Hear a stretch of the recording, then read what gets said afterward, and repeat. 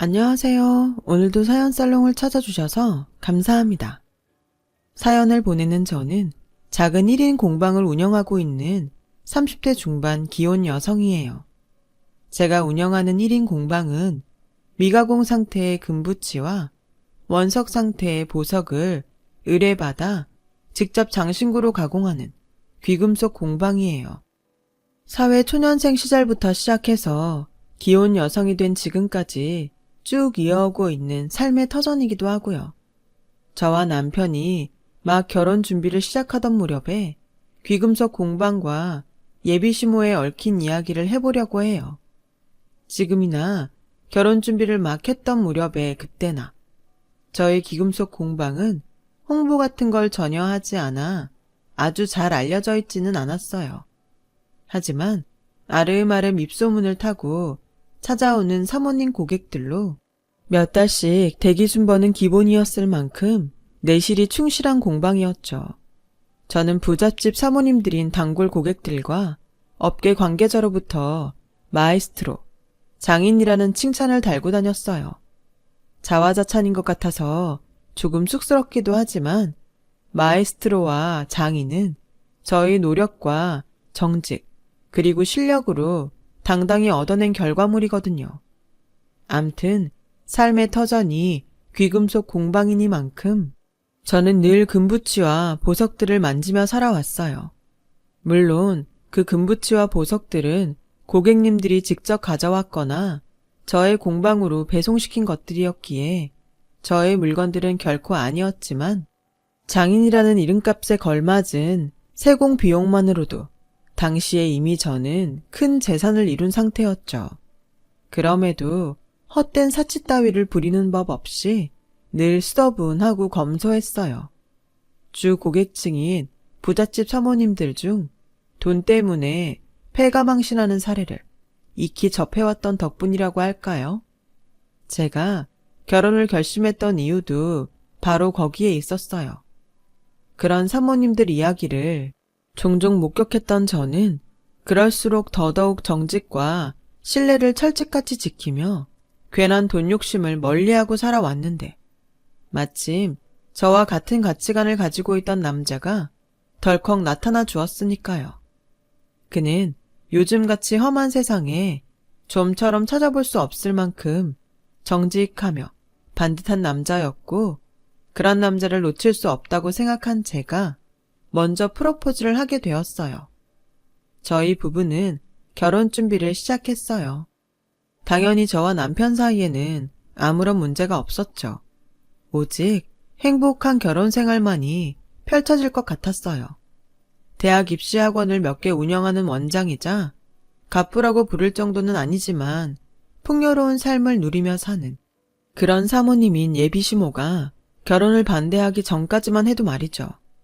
제가 시댁에 처음 인사하러 가던 날부터 예비시모의 결혼 반대는 시작되었어요.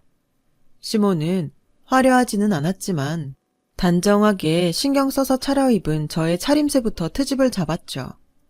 시댁들 자리에 처음 인사 온다는 애가 넌 그게 지금 우리 집안 수준에 맞는 복장이라고 보니?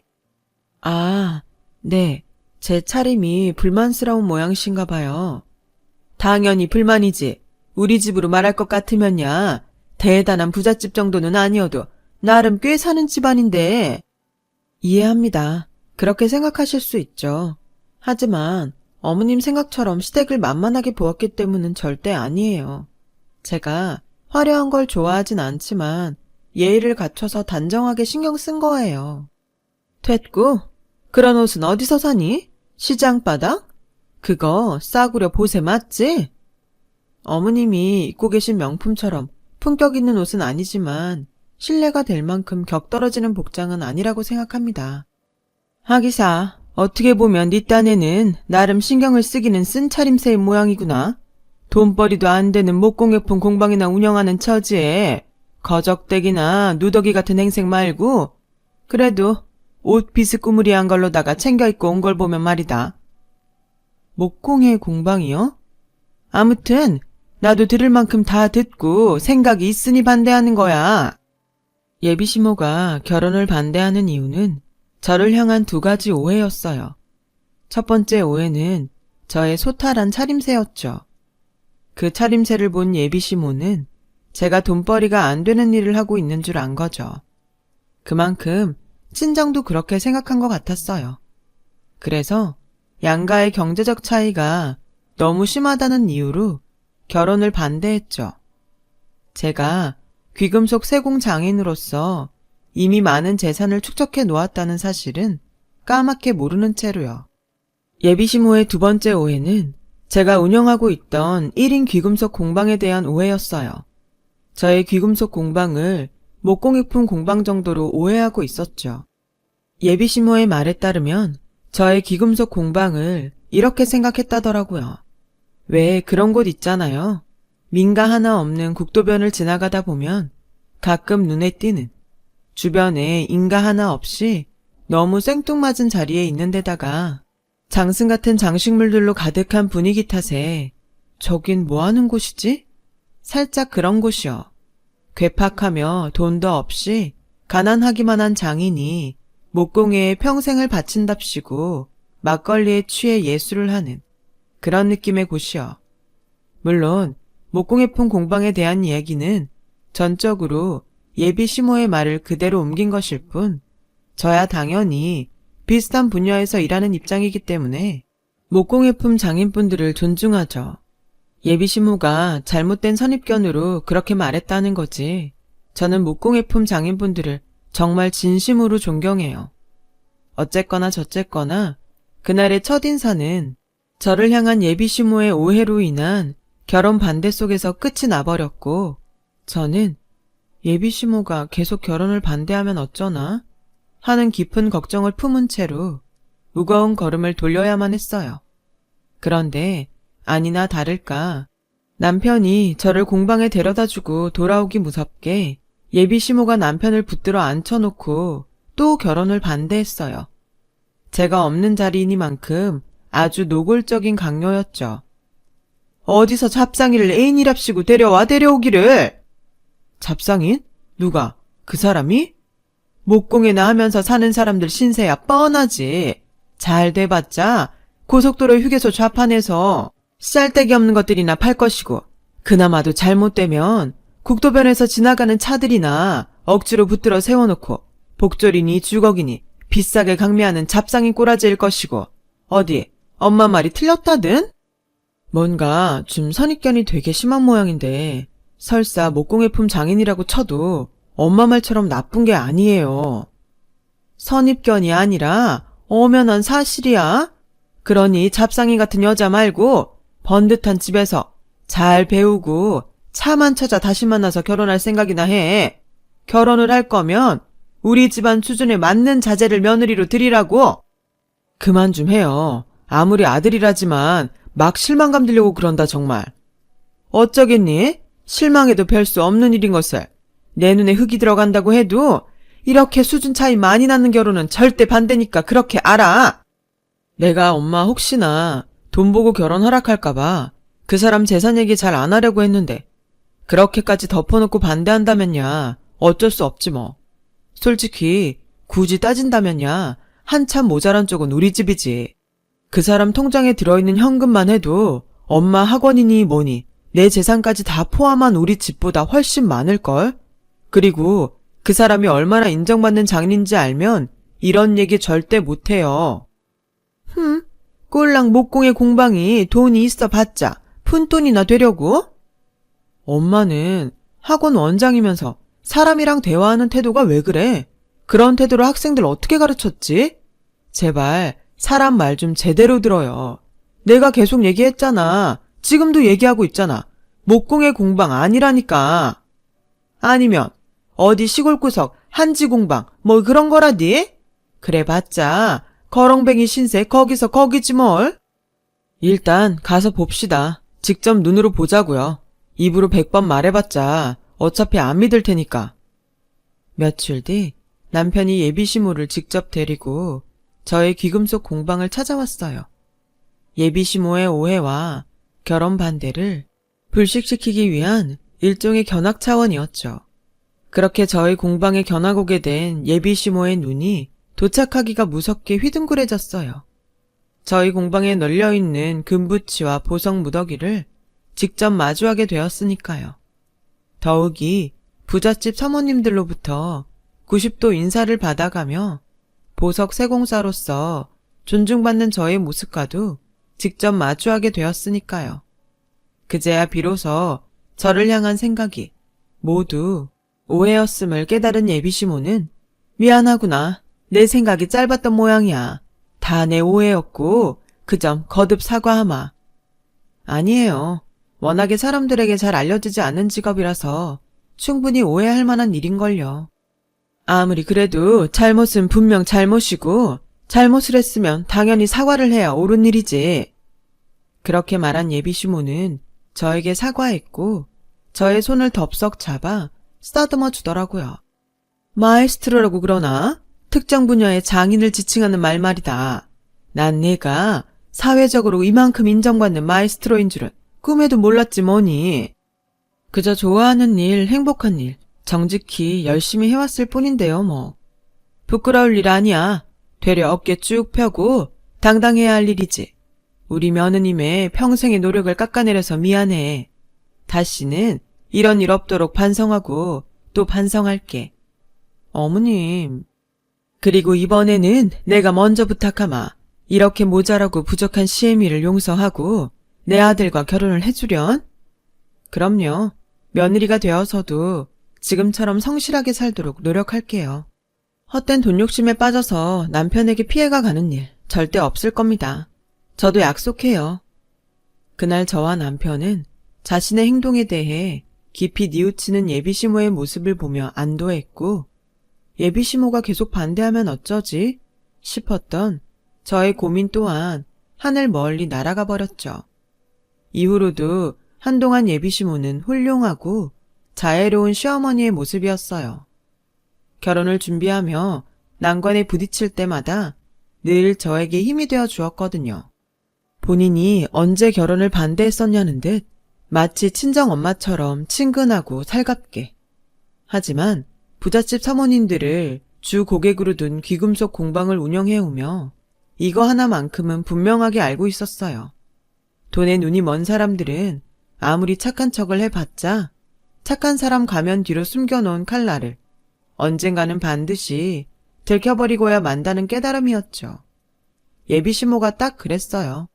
저를 업신여기며 결혼을 반대했던 일을 뉘우치던 모습부터 친정엄마처럼 자애롭고 살갑게 저를 대하던 행동들까지 모두 다 연기였어요. 저희 공방에 견학을 오던 순간 휘황찬란한 금부치와 보석덩이들을 마주하며 돈 욕심에 빠져버렸다는 사실을 감추기 위한 연기 말이죠. 그런 예비시모의 흑심이 드러나던 때는 제가 직접 만든 폐물을 예비시모에게 선보이던 날이었어요. 당시 저는 제가 직접 만든 결혼 폐물을 예비시모에게 선보이면서 또 하나의 폐물 세트를 꺼내 놓았어요. 폐물 한 세트는 남편과 예식장에서 교환할 반지가 포함된 폐물이었고 두 번째 폐물 세트는 예비시모의 선물이었죠.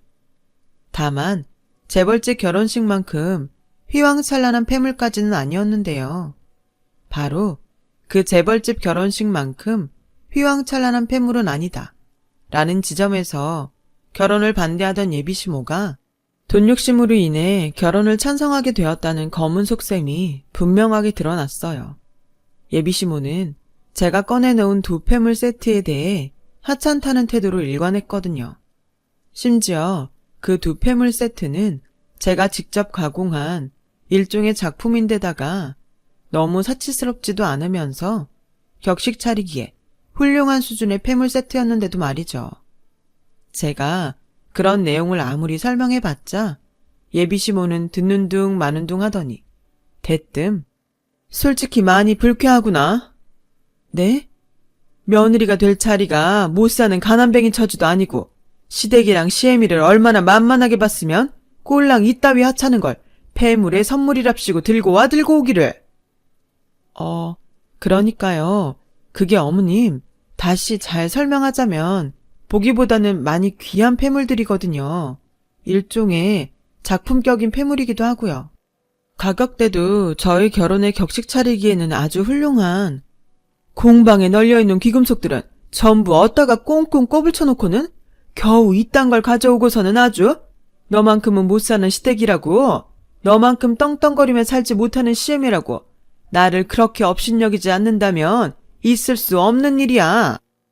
시어머니는 저희 귀금속 공방에 있는 금부치와 보석들이 전부 저의 것이라고 생각하는 것 같았죠. 하지만 사실은 전혀 다르거든요. 그 금부치와 보석들은 모두가 고객들의 소유물이거든요. 제 공방 오시면 사람들 대부분 그 귀금속들이 다 저의 것이라는 오해를 하기도 하니까요. 하지만 실상은 좀 달라요. 이제 와서 또 무슨 핑계를 대려고.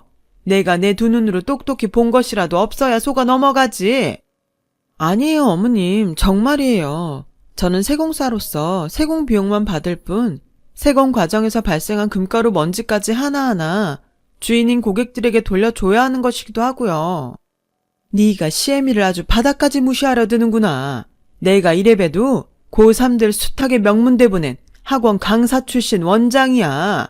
배워도 너보다 몇 배는 더 배웠고 어디 가서 무시당할 사람은 아니란 말이다. 근데 어디서 세상 물정 모르는 노인네 취급을 해 감히. 어머님, 진정하시고 제 얘기를 들어보세요. 얘기는 무슨 얘기해. 우리 집안을 얼마나 만만하고 저렴하게 봤으면 결혼 폐물까지 저렴하게 치를 생각을 한다던. 난 그게 불쾌해서라도 이 폐물 인정 못하고 받을 수도 없다. 그러니 이따위 건 내 눈앞에서 썩 치우고 생각이 있는 며느리라면 꼽을 쳐놓은 귀금속들로다가 제대로 된 폐물을 다시 만들어다 가져와. 그날 저는 정성스럽게 직접 만든 폐물을 선물로 가져갔으면서도 마치 무슨 죄라도 지은 사람처럼 시댁에서 쫓겨나듯 나와야만 했죠. 남편은 저를 공방으로 데려가는 내내 저의 눈치를 살폈어요. 낳아준 친엄마인 예비시모가 무척이나 나쁘끄럽다는 눈치였죠. 부끄러울 수밖에 없었던 것이 그날 저와 남편의 눈에 비친 예비시모의 모습은 돈에 눈먼 폐악질 그 자체였거든요. 결국 저와 남편은 이 결혼에 대해 진지한 고민에 빠지고야 말았어요. 서로를 너무 사랑하기에 절대 이별을 택할 수도 없는데 예비시모의 탐욕을 무릅쓰고 결혼을 감행해봤자 불행한 날들이 너무 뻔하게 그려졌기 때문이었어요.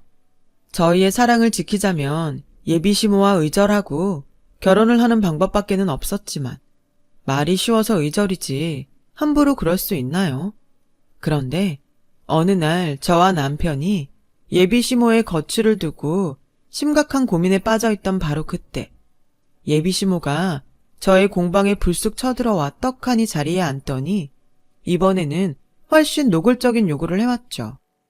며칠 고민이 많은 것 같아 내가 직접 준비를 해봤는데 이 정도 선에서 절충하면 결혼 전부터 서로 간에 마음 상할 일 앞으로는 절대 없지 싶구나.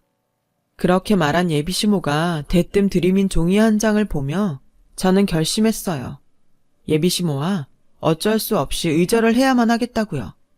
대체 그 종이가 뭐길래 의절까지 결심하게 되었냐고요? 예비시모가 직접 작성해온 폐물 견적서였어요. 그것도 보통 견적서가 아닌 이탈리아 현지 장인의 수제 명품 견적서였죠. 그리고 이탈리아 장인의 명품 견적서에 적혀있던 금액은 일십, 백천만, 십만, 백만, 10억이요? 우리도 나름 뼈대 있는 집안인데 결혼 선물 겸 치르는 폐물이면 그 정도 값어치는 해야겠지. 진심이세요? 계산이 뭐가 잘못된 건 아니고요? 왜? 10억이 너무 약소하니? 하긴 나도 2배쯤 더 부리려다가 말았단다. 생각 같아서는 20억쯤 받고 싶은데 요즘 경제도 어렵고 어쩌고 해서 반 뚝 잘라 양보한 거야. 너희 결혼에 이 정도면 헐값이다? 아니요, 제 말은 10억부터가 심하게 과하다는 뜻이었는데요. 부자라며 마에스트로니 장인이니 떵떵거리며 산다며. 근데 이 정도도 못해? 차라리 처음 생각대로 20억짜리 견적 뽑아서 들이밀어야 시댁이 그렇게 저렴한 집안 아니라는 경고를 제대로 알아듣겠니? 내가 그렇게까지 해야 그놈의 시댁무시를 그만둘 참이야. 아무리 제가 재산을 많이 벌어두었다고 해도 이건 너무 과하잖아요. 10억? 20억? 그게 무슨 애들 이름도 아니고 10억짜리 폐물은 재벌 사모님들 자식 혼사에도 듣도 보도 못한 금액이라니까요. 그래봤자 어쩌겠니? 벌써 주문 넣고 오는 길인데. 어머님, 10억 정도 되는 금액의 주문이면 선입금 들어온 거 확인되기 전에 제작 안 들어가거든요. 그러니까 선택하세요. 아직 제작 전이니까 지금이라도 주문 취소하든가. 아니면 아들 자식 평생 안 보고 살던가요. 이게 하다하다 아주 어디서 아들까지 들먹여가며 협박질이야. 저희는 어머님 욕심 맞춰줄 수 없다는 얘기 벌써 다 끝났고요. 그 욕심 못 채워드린 채로 결혼을 한다고 해도 어차피 두고두고 저 구박할 것도 뻔하고요. 아닌가요? 구박 정도야 당연히 있겠지. 왜? CM이 입장에서는 시댁 무시하는 며느리가 곱게 보일 턱이 없을 테니까. 그러니까요. 그러니까 이 자리에서 선택하라고요. 10억이니 20억이니 하는 욕심을 이쯤에서 단념하던가 아님 아들 며느리 없는 셈 치고 살던가. 누가 그러니? 아들 며느리 없는 셈 치고 살아야 한다고? 나 우리 아들 그렇게 정없이 키우지 않았어.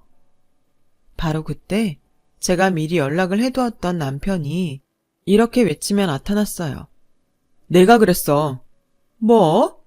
내가 그랬다고. 친엄마, 시어머니, 그 자리가 천륜을 저버릴 만큼 돈 욕심에 빠져서 타락했다면, 그래서 도저히 구제할 방법이 없어 보인다면 차라리 없는 셈 치면서 우리 둘이서 행복하게 살자고.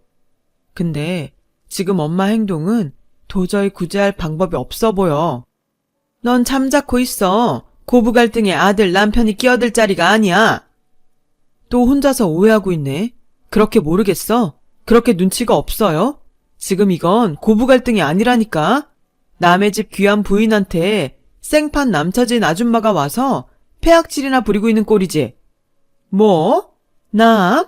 너 지금 남이라고 했니? 네가 어떻게 이래? 낳아주고 키워준 엄마한테 어떻게 이럴 수가 있어? 엄마는 어떻게 이럴 수가 있을까? 아들이 사랑하는 여자 앞에서 어쩌면 이렇게 사람 창피하게 만들 수가 있을까? 이놈의 자식이 어디서 따박따박 말대꾸를? 됐어요. 나 엄마 자식 안 해. 앞으로 안 하려고요. 그니까 여기서 더 망신 당하기 전에 가세요. 가서 제발 그놈의 돈 욕심 좀 버리고 제대로 좀 살아봐. 마지막 부탁이야. 그날 저와 예비 남편은 예비 시모와 결국 의절했어요. 저는 남편을, 남편은 저를 그렇게 서로를 지켜야만 했으니까요. 의절을 선언했으니 이제 남은 건 안정이라고 생각했어요. 하객들의 축복 속에서 행복한 결혼식을 치르고 예비 시모로부터 받은 마음의 상처를 서로 다독이고 치유해가며 그렇게 부부로서 함께 살아가는 일만이 남아있다고 생각했어요. 하지만 예비 시모와의 의절로부터 채 며칠이 지나지 않았던 어느 날 저의 귀금속 공방에 도둑이 들었어요. 보안용 카드 키를 어디서 구했는지 바람처럼 나타났다가 사라진 도둑이 가져간 물건은 단 하나더라고요. 공방의 최골 단골 사모님이 세공을 위해 맡겼던 보석, 5캐럿짜리 최상급 다이아몬드였죠. 그 5캐럿 최상급 다이아몬드의 당시 가격은 현금 1억 상당이었어요. 내심 지피는 구석에 있던 저와 남편은 설마 하는 심정으로 CCTV를 돌려보았고 늦은 밤 바람처럼 나타났다가 사라진 다이아몬드 도둑은 역시나 미안해 정말 남편 될 사람으로서 당신 볼 면목이 없다. 괜찮아. 당신 잘못도 아닌데 뭐. 어떻게 내 잘못이 아니야. 아무리 의절했다고는 해도 어쨌든 우리 엄마가 저지른 도둑질인데. 돈 욕심에 빠진 사람들은 원래 그렇더라. 그놈의 돈 욕심 때문에 결국 주변 사람들까지 상처 입히고야 말더라고. 그런 모습들 내가 많이 보면서 지내와서 잘 알아. 그니까 절대로 미안해하지 마. 당신은 피해자고 나도 피해자고 우리 둘 다 피해자일 뿐이니까. 피해자가 죄책감에 시달리는 법은 세상에 없어. 아니, 근데 도대체 어떻게 들어와서 그걸 가져간 거야? CCTV랑 보안이랑 철저하잖아. 내 말이. 저와 남편은 며칠 동안의 CCTV를 돌려봤어요. 마침내 단서를 찾아내었죠. 예비 시모와 의절하던 날의 CCTV 기록을 통해서요. 예비시모가 10억 상당의 폐물 견적서를 들고 공방을 찾아왔던 날. 그때 이미 돈을 제대로 뜯어내겠다는 작정을 하고 쳐들어왔던 모양이더라고요. 제가 내어줄 커피를 직접 타고 있는 사이에 공방의 금고를 무단으로 열어 보안용 카드키를 주머니에 넣는 장면이 CCTV에 고스란히 찍혀 있었거든요. 그 장면을 보면서 이 예비시모라는 사람이 참 몹쓸 엄마라는 생각이 들었던 것이, 예비시모가 보안용 카드키를 훔쳐낸 금고의 비밀번호는 남편의 생일이었어요. 결국 예비시모는 그놈의 돈 욕심을 채우기 위해 끝끝내 자식마저 이용해버린 셈이었죠. 그걸 알게 된 남편의 실망이 하늘을 찌른 건 어찌 보면 무척이나 당연한 일이었고요. 저는 일단 차마 말을 잇지도 못한 채로 친엄마를 향한 실망감에 치를 떠는 남편부터 다독였고, 남편이 마음을 가다듬은 다음에는 다이아몬드의 주인인 단골 사모님에게 도난 사실을 고백했죠. 평소 저의 올바른 행실을 익히 알고 있던 단골 사모님은 감사하게도 저와 남편에게는 어떠한 잘못도 없다며 선을 딱 그어주었고, 저희 부부와 단골 사모님은 다이아몬드를 훔친 예비시모를 경찰에 신고하기로 뜻을 맞추었어요. 지극히 당연한 처사였고 정말 어쩔 수 없는 선택이기도 했죠.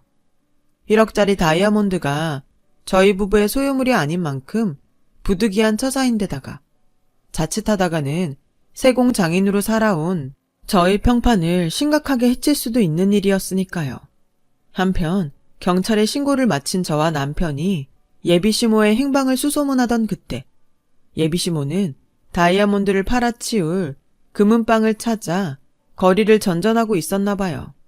난관에 봉착한 모양이었고요. 출처도 불분명한 5캐럿짜리 고가의 다이아몬드를 감히 함부로 사겠다며 나서는 금은방은 없을 테니까요. 결국 숱한 금은방 주인들에게 문전박대당한 예비시모는 절치부심하며 전당포를 향했어요. 그 다이아몬드를 현금화할 수 있는 곳이라고는 전당포밖에는 없는 까닭이었겠죠. 그렇게 막 첫 번째 전당포로 들어가려던 예비시모의 앞에 누군가가 불쑥 튀어나왔고, 그 누군가의 모습을 마주하기 무섭게 예비시모는 사색이 되었어요. 누구겠어요? 경찰을 대동한 저와 남편이었죠. 경찰과 저희 부부를 마주한 예비시모는 잠시 당황하더니 불길하고 불안한 표정을 애써 지워가며 악다구니를 치기 시작했어요. 평생 안 볼 것처럼 굴더니만 이제 와서 무슨 염치로 내 앞에 나타난다든? 저희도 그러면 마음이나마 얼마나 편했을까요?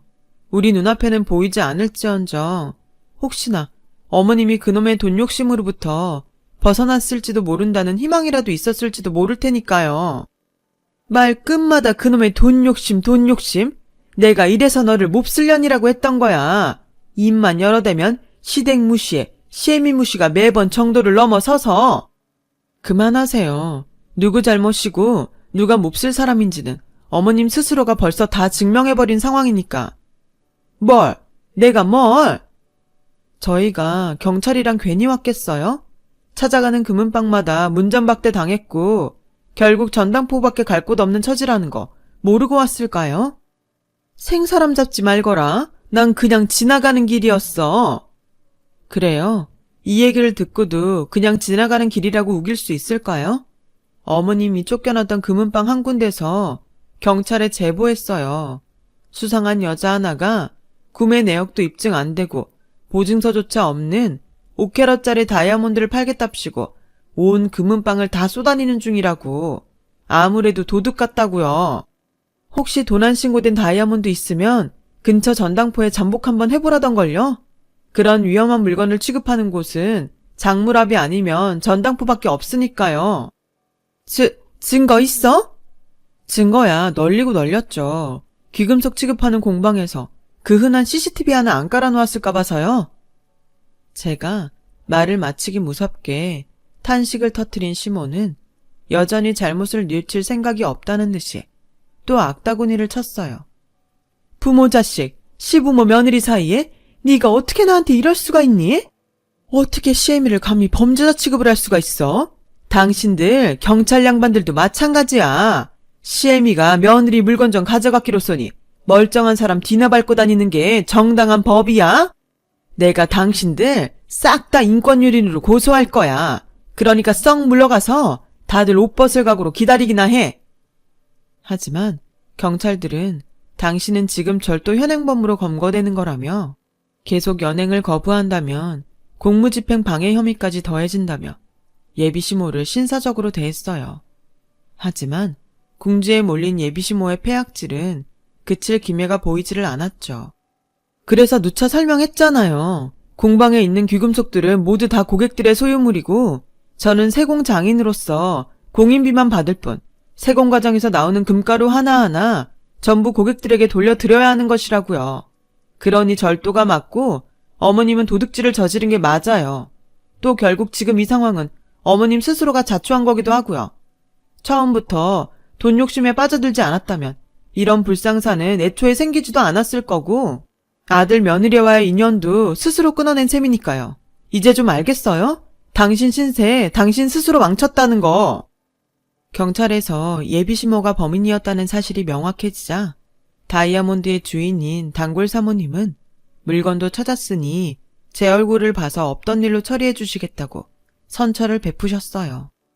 최근엔 학원을 운영해오던 예비시모가 학습지 방문 판매원이 되었다고 해요. 나중에 소문을 듣자 하니 예비시모가 운영하던 대학 입시 학원들이 전부 폐업 처리된 탓에 거지꼴이 되었다더라고요. 예비시모가 도둑질을 하다 걸렸다는 소문이 학부모와 강사들 사이에 퍼졌기 때문이래요. 하긴 학생들을 가르치는 학원 원장이 도둑이라는데 어느 집 부모가 귀한 자식을 그 학원에 보내겠냐고요.